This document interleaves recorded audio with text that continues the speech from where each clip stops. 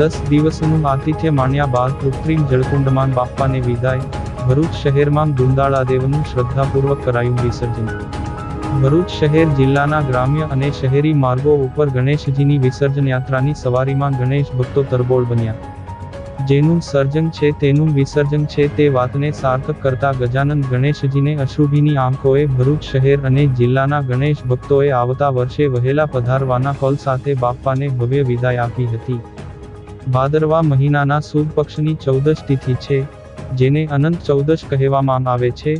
ગણપતિ બાપ્પા આજે એટલે કે 17મી સપ્ટેમ્બર 2024 નામ રોજ પોતાના લોક પાછા ફરશે. આ તિથિએ ગણેશજીની પ્રતિમાનું વિસર્જન કરવામાં આવે છે. ભરૂચ શહેરમાં 10 દિવસનું આતિથ્ય માણ્યા બાદ આજે અનંત ચૌદશના શુભ દિવસે ગણેશ ભક્તોએ બાપ્પાને અશ્રુભીની આંખે ભાવભરી વિદાય આપી હતી. 10 દિવસ શહેરમાં ગણેશ મહોત્સવની ધૂમ રહી હતી. 10 દિવસ વિવિધ સ્વરૂપોમાં બાપ્પાએ લોકહૃદયમાં સ્થાન જમાવ્યું હતું. ગણપતિ બાપ્પા મોરિયાના જયનાદ સાથે દાદાને આવતા વર્ષ જલ્દી આવવાની વિનંતી સાથે વિદાય આપી હતી.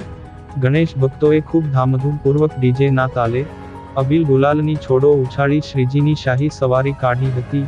ગણપતિ બાપ્પા મોરિયાના ગગનભેદી નાદ સાથે સમગ્ર માહોલ ગણેશમય બન્યો હતો. શહેરમાં કોઈ અનિચ્છનીય બનાવ ન બને માટે જિલ્લા પોલીસ વિભાગ દ્વારા શહેરમાં ચુસ્ત પોલીસ બંદોબસ્ત ગોઠવી દેવામાં આવ્યો હતો.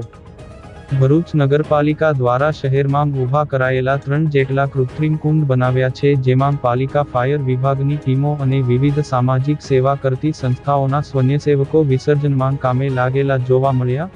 પાલિકા દ્વારા બનાવવામાં આવેલ કૃત્રિમ જળકુંડમાં પ્રતિમા વિસર્જન માટે તરવૈયાઓની ટીમ, તરાપા સહિતની તૈયારીઓ કરવામાં આવી હતી, જેમાં એક બાદ એક પ્રતિમાઓને તરાપા દ્વારા જળકુંડના મધ્યભાગમાં લઈ જઈને પરંપરાનુસાર વિસર્જન કરવામાં આવતું હતું.